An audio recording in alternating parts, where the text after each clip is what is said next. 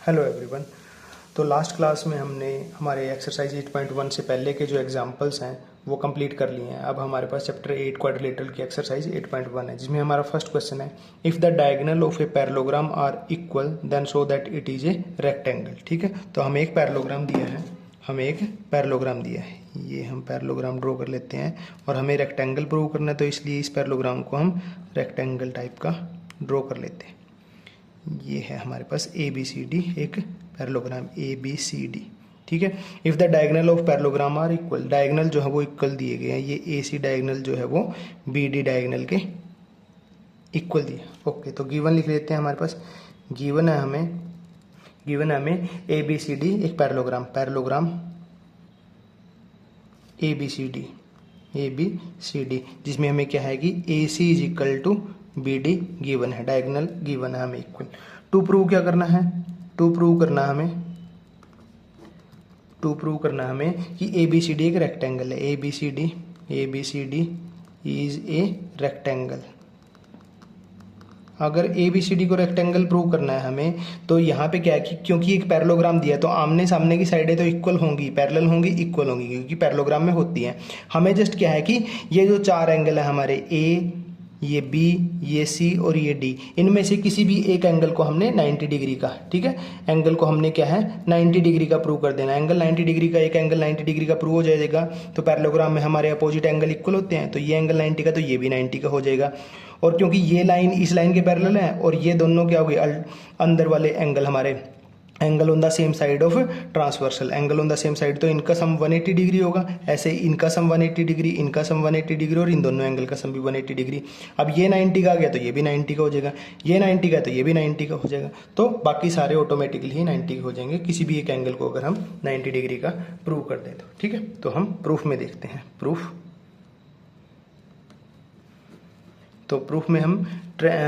में हम जाते हैं ट्रायंगल ABC इस ट्रायंगल में और दूसरी ट्रायंगल हमारी BAD इस ट्रायंगल में। इन ट्रायंगल ABC, ठीक है, ABC ट्रायंगल में और BAD एंड ट्रायंगल BAD, ठीक है, इन दोनों ट्रायंगल में अगर हम जाते हैं तो यहाँ पे हम देखते हैं कि AB इज इक्वल टू, ये देखो, ये मैं इसको रेड पेन से ऐसे करता हूँ, ABC ट्रायंगल हमारी ये है,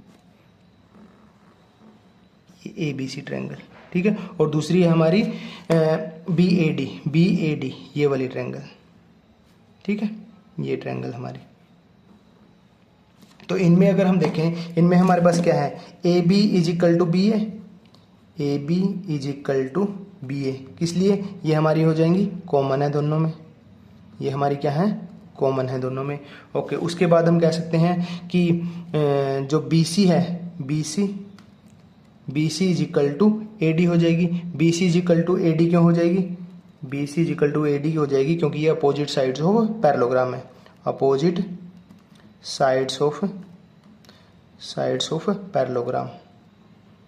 अपोजिट साइड्स ऑफ पैरेललोग्राम हमारी क्या होती हैं, इक्वल होती हैं। और AC is equal to BD हो जाएगा, AC इज इक्वल टू हमारा BD हो जाएगा। AC BD के इक्वल क्यों होगा, क्योंकि ये हमें गिवन है, क्योंकि डायगोनल हमारे इक्वल जो है वो गिवन है हमें। तो हम कह सकते हैं by side congruency rule, side congruency rule से हम क्या कह सकते हैं कि ट्रायंगल जो है हमारी ABC जो ट्रायंगल है हमारी, ये कॉन्ग्रुएंट आ गई हमारी ट्रायंगल BAD के, ठीक है, ये दोनों ट्रायंगल हमारी क्या आ गई, ये दोनों ट्रायंगल हमारी होगी कॉन्ग्रुएंट। और अगर ये ट्रायंगल हमारी कॉन्ग्रुएंट होगी तो हम कह सकते हैं बाय हम क्या कह सकते हैं, बाय CPCT मतलब corresponding part of congruent triangle. By CPCT हम कह सकते हैं कि एंगल ABC जो हमारा ये कंप्लीट एंगल है, एंगल ABC, ये कंप्लीट एंगल हमारा किस एंगल के इक्वल हो जाएगा, हमारा ये हमारा हो जाएगा BAD, इस कंप्लीट एंगल के इक्वल हो जाएगा एंगल BAD के, ठीक है, corresponding part of congruent triangle से हमारे ये दोनों एंगल इक्वल हो गए, ठीक है। ओके, बट हम यहाँ पे कह सकते हैं but angle ABC plus angle BAD is equal to 180 degree. Sir ये कैसे, इस एंगल का और इस एंगल का सम हमारा 180 डिग्री कैसे, क्योंकि हमारे पास क्या है, ये AD जो है, ये AD और ये BC, ये दोनों पैरेलल है हमारे पास, ये AD और ये BC, ये दोनों लाइन हमारी क्या है, पैरेलल है। और ये AB ट्रांसवर्सल है, ये ट्रांसवर्सल है, तो इस एंगल और इस एंगल का सम हमारा क्या होगा, 180 डिग्री होगा। क्यों होगा, क्योंकि ये क्या है, हमारे angle on the same side of transversal are supplementary. तो यहाँ पे हम रीजन लेंगे angle on the same side of transversal, angle on the same side of transversal are supplementary. Supplementary मतलब जिन दो एंगल का सम हमारा 180 डिग्री हो। तो यहाँ से दो एंगल का सम हमारा 180 डिग्री भी और दोनों इक्वल भी है, तो हम यहाँ से कर सकते हैं so angle ABC equal to angle BAD is equal to 90 degree. ठीक है, इन दोनों से हमारे पास, इन दोनों इक्वेशन से हमारे पास 90 डिग्री के, मतलब ये एंगल 90 डिग्री का आ गया, ये 90 का। इसके अपोजिट, पैरेललोग्राम के अपोजिट एंगल इक्वल होते हैं, ये भी 90 का हो जाएगा, इसके अपोजिट ये भी 90 का हो जाएगा। तो हम कह सकते हैं, तो हम यहाँ पे कह सकते हैं इन पैरेललोग्राम ABCD पैरेललोग्राम ABCD में हमारे पास एंगल ABC जो है वो कितने का आ गया, 90 डिग्री का आ गया। तो हम यहाँ पे कह सकते हैं that is ABCD is a rectangle. ABCD is a rectangle, तो ABCD हमारा क्या हो जाएगा, रेक्टेंगल हो जाएगा। ठीक है, तो ये हमारा था क्वेश्चन नंबर फर्स्ट। ठीक है, 8.1 एक्सरसाइज का। क्वेश्चन नंबर 2 नेक्स्ट पेज पे। ओके, तो क्वेश्चन नंबर सेकंड है हमारे पास, so that the diagonal of square are equal and bisect each other at right angle. ठीक है, तो हमें एक स्क्वायर दिया हुआ है, यहाँ पे हम एक स्क्वायर ड्रॉ कर लेते हैं।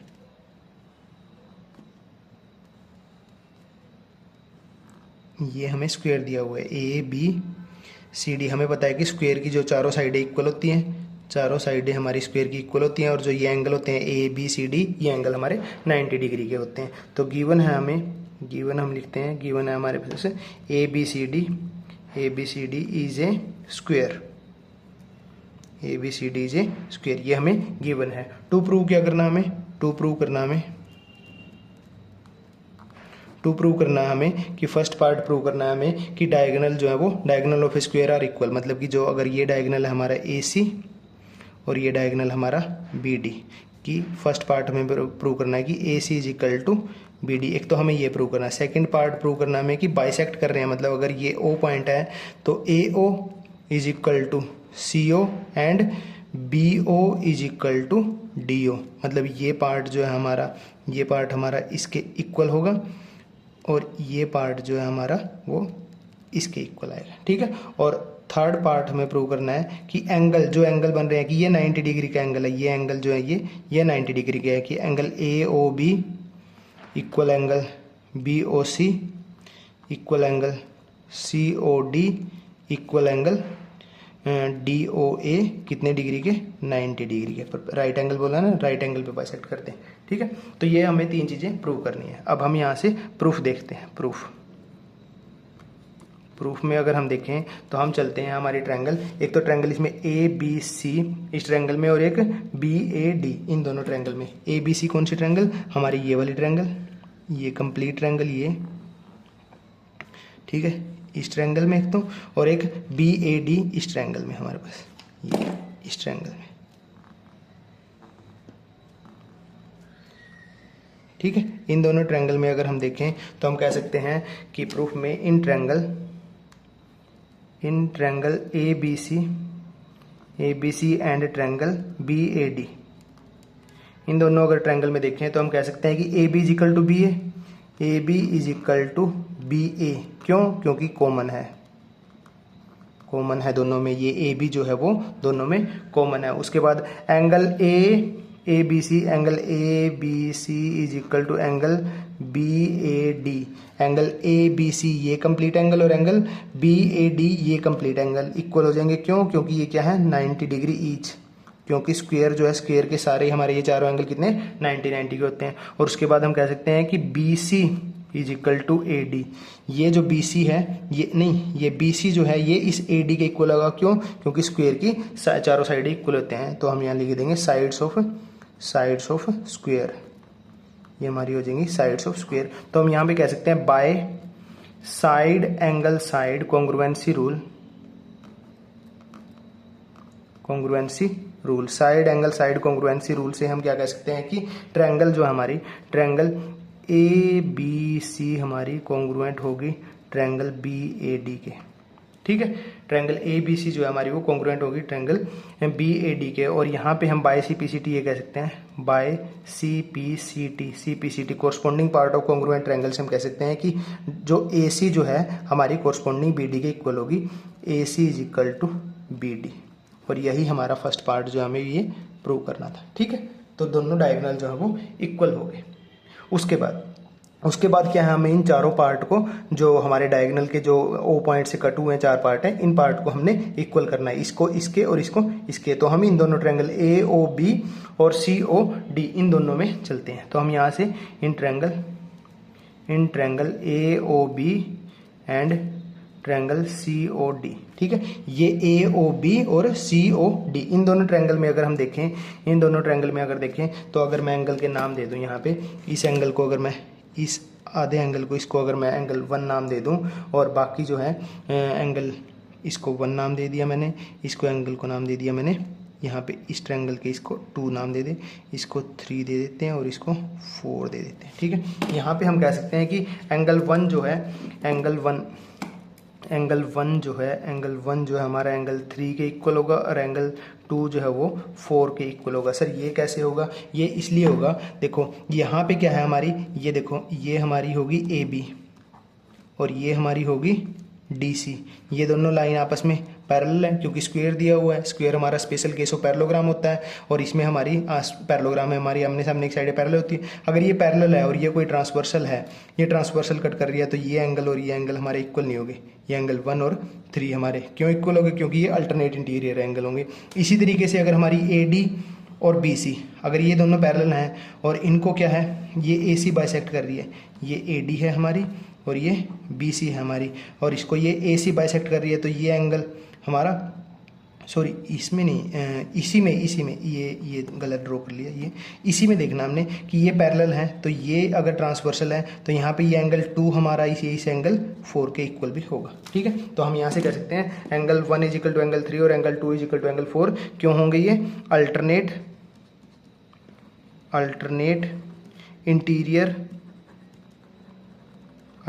इंटीरियर एंगल्स 4 लाइन, कौन सी लाइन के लिए? 4 line A B and D C, A B and B C है, A B and C D. उसके बाद हम लिख सकते हैं, उसके बाद लिखेंगे हम A B is equal to क्यों? A B is equal to C D हो जाएगी, क्योंकि ये क्या है, A B is equal to C D, ये हमारी साइड्स ऑफ स्क्वायर, क्योंकि चारों साइडें इक्वल होती है, ये हो जाएगी हमारी साइड्स ऑफ स्क्वायर हो जाएगी। तो यहाँ से हम कह सकते हैं बाय, अब क्योंकि देखो ये इस साइड पे और इस साइड पे ये एंगल बने हैं, तो ये इंक्लूडेड साइड है, तो हम कह सकते हैं कि बाय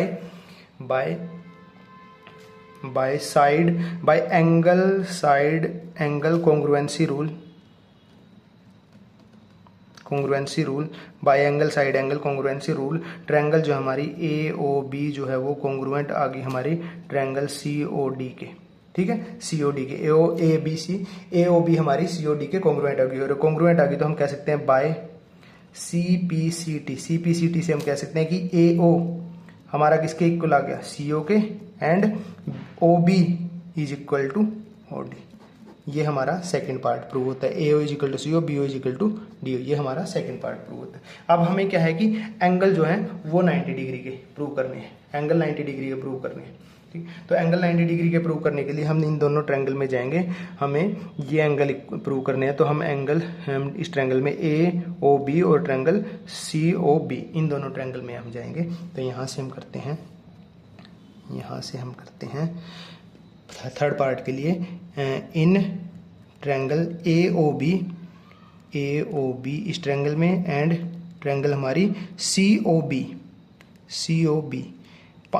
ट्रायंगल का नाम बी ओ सी नहीं लेंगे हम, सी ओ बी इसलिए लेंगे, देखो कोरस्पॉन्डिंग पार्ट ए ओ हमारा किसके इक्वल है? सी ओ के। अगर बी ओ सी ले होंगे, अगर ट्रायंगल का नाम बी ओ सी लोगे तो ए ओ बी ओ के इक्वल थोड़ी है, क्या ए ओ बी ओ के इक्वल प्रूव किया, नहीं किया, तो वो कोरस्पॉन्डिंग पार्ट नहीं होंगे हमारे, ठीक है।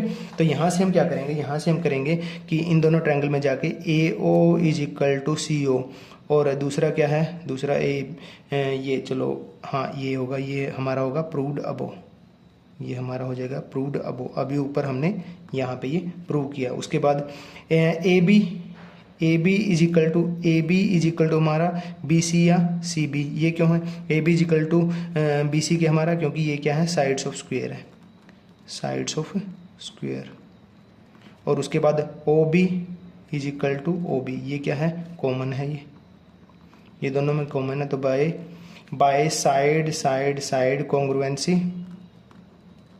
By side congruency rule, side congruency rule से हम कह सकते हैं कि ट्रायंगल ए ओ बी जो है वो हमारी कॉन्ग्रुएंट हो जाएगी ट्रायंगल सी ओ बी के, ठीक है। ए ओ बी जो है हमारी सी ओ बी के कॉन्ग्रुएंट हो जाएगी। तो हम कह सकते हैं by C P C T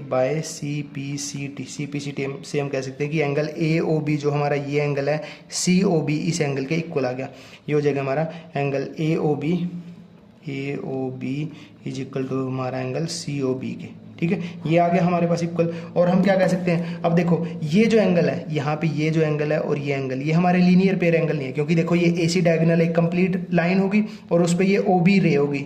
अगर आपने चैप्टर हमारा 6th ध्यान से देखा लाइन्स एंड एंगल, तो उसमें क्या है कि अगर एक कोई लाइन है उस पर एक रे है और दो एंगल बन रहे हैं, तो इन दोनों एंगल का सम हमारा 180 डिग्री होता है और इनको हम लीनियर पेयर एंगल बोलते हैं। बट यहाँ पे हम लिखेंगे but angle A O B plus angle C O B is equal to 180 degree. क्यों, ये हमारे लीनियर पेयर एंगल्स, ये हमारे हैं लीनियर पेयर एंगल। तो हम क्या कह सकते हैं, हम यहाँ से और यहाँ से हम कह सकते हैं दोनों एंगल इक्वल भी हैं और दोनों का सम 180 डिग्री है। तो यहाँ से हम कह सकते हैं so angle A O B equal to angle C O B is equal to 90 degree, ठीक है। ये हमारे 90 डिग्री के, अगर एंगल ए ओ बी, ये एंगल हमारा 90 का आ गया तो इसके वर्टिकल अपोजिट ये भी 90 का आ जाएगा। ये अगर हमारा 90 का आ गया तो इसके वर्टिकल अपोजिट ये भी 90 का आ गया। तो हम कह सकते हैं सो यहाँ से हम कह सकते हैं दैट इज, अब ये 90 के आगे तो हम कह सकते हैं that is diagonal of square are perpendicular, diagonal of square are perpendicular to each other, diagonal of square are perpendicular to each other, ठीक है। तो ये था हमारा क्वेश्चन नंबर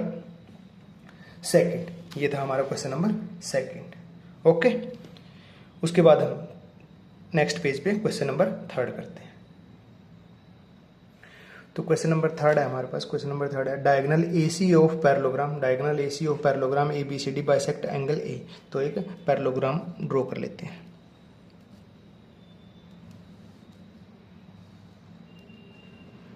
ये हमारे पास ABCD, ये हमारे पास ABCD एक पैरेललोग्राम है। डायगोनल AC, ये डायगोनल AC है। बाइसेक्ट एंगल ए, जो एंगल ए है इसको बाइसेक्ट कर रहा है, मतलब इसको अगर मैं एंगल 1 नाम दे दूं, इसको एंगल 2, तो एंगल 1 इजिकल 2 है। So that it bisect angle C also, मतलब यहाँ पे अगर मैं 3 नाम दूं और ये 4 नाम दूं, तो मतलब मुझे प्रूव करना है कि एंगल 3 इजिकल टू एंगल 4, और एक प्रूव करना है कि ABCD is a rhombus prove करने के लिए हमें चारों साइडों को इक्वल, क्योंकि पैरेललोग्राम तो है ही है, रोम्बस हमारा क्या होता है, स्पेशल केस ऑफ पैरेललोग्राम होता है। तो हमें स्पेशल केस किस लिए, क्योंकि चारों साइडें इक्वल होती है इसमें, ठीक है। तो यहाँ पे हमें गिवन है हमें कि ABCD पैरेललोग्राम ABCD, ठीक है। और angle 1 is equal to angle 2, क्योंकि AC जो है वो डायगोनल वो बाइसेक्ट कर रहा है एंगल A को, ठीक है। उसके बाद